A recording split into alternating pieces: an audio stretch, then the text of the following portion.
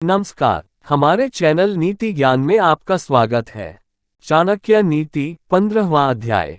वह व्यक्ति जिसका हृदय हर प्राणी मात्र के प्रति करुणा से पिघलता है, उसे जरूरत क्या है किसी ज्ञान की, मुक्ति की, सर के ऊपर जटाजूट रखने की और अपने शरीर पर राख मलने की।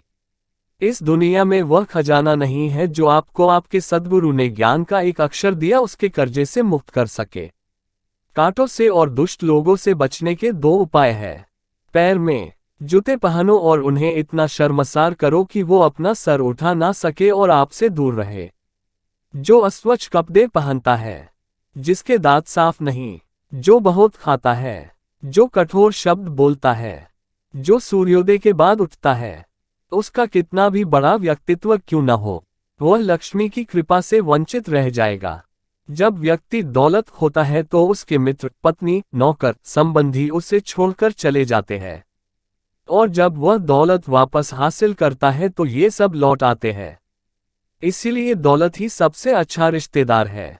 पाप से कमाया हुआ पैसा 10 साल रह सकता है, 11वें साल में वह लुप्त हो जाता है, उसकी मुद्दल के साथ। एक महान आदमी जब कोई गलत काम करता है तो उसे कोई कुछ नहीं कहता। एक नीच आदमी जब कोई अच्छा काम भी करता है तो उसका धिक्कार होता है। देखिए, अमृत पीना तो अच्छा है, लेकिन राहु की मौत अमृत पीने से ही हुई। विष पीना नुकसानदायी है, लेकिन भगवान शंकर ने जब विष प्राशन किया तो विष उनके गले का अलंकार हो गया। एक सच्चा भोजन वह है जो ब्राह्मण को देने के बाद शेष है। प्रेम वह सत्य है जो दूसरों को दिया जाता है। खुद से जो प्रेम होता है वह नहीं। वही बुद्धिमत्ता है जो पाप करने से रोकती है।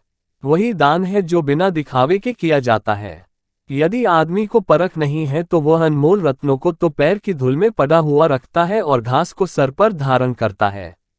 ऐसा करने से रत्नों का मूल्य कम नहीं होता और घास के तिनकों की महत्ता नहीं बढ़ती। जब विवेक बुद्धि वाला आदमी आता है तो हर चीज को उसकी जगह दिखाता है। शास्त्रों का ज्ञान अगाध है, वो कलाएं अनंत जो हमें सीखनी चाहिए। हमारे पास समय थोड़ा है, जो सीखने के मौके हैं उसमें अनेक विघ्न आते हैं। इसीलिए वही सीखे जो अत्यंत महत्वपूर्ण है। उसी प्रकार जैसे हंस पानी छोड़कर उसमें मिला हुआ दूध पी लेता है, वह आदमी चंडाल है जो एक दूर से अचानक आए हो ए थके मानदे अतिथि को आदर सत्कार दिए बिना रात्रि का भोजन खुद खाता है। एक व्यक्ति को चारों वेद और सभी धर्म शास्त्रों का ज्ञान है, लेकिन उससे यदि अपने आत्मा की अनुभूति नहीं हुई तो वह उसी चमचे के समान है जिसने अनेक पकवानों को हिलाया लेकिन किसी का स्वाद नहीं चखा।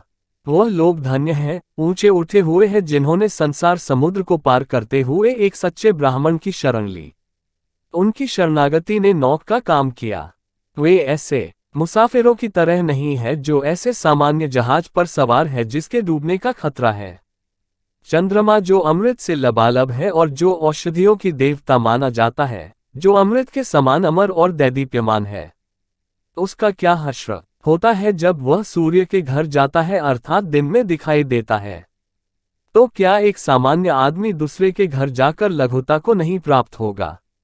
यह मधुमक्खी जो कमल की नाजुक पंखुड़ियों में बैठकर उसके मीठे मधु का पान करती थी, वह अब एक सामान्य कुट्स के फूल पर अपना ताव मारती है, क्योंकि वह ऐसे देश में आ गई है जहां कमल है ही नहीं, उसे कुट्स के पराग ही अच्छे लगते हैं। हे भगवान विष्णु, मेरे स्वामी, मैं ब्राह्मणों के घर में इसलिए नहीं रहती क्योंकि अगस्त्य ऋषि ने गुस्से में समुद्र को, जो मेरे पिता है, पी लिया।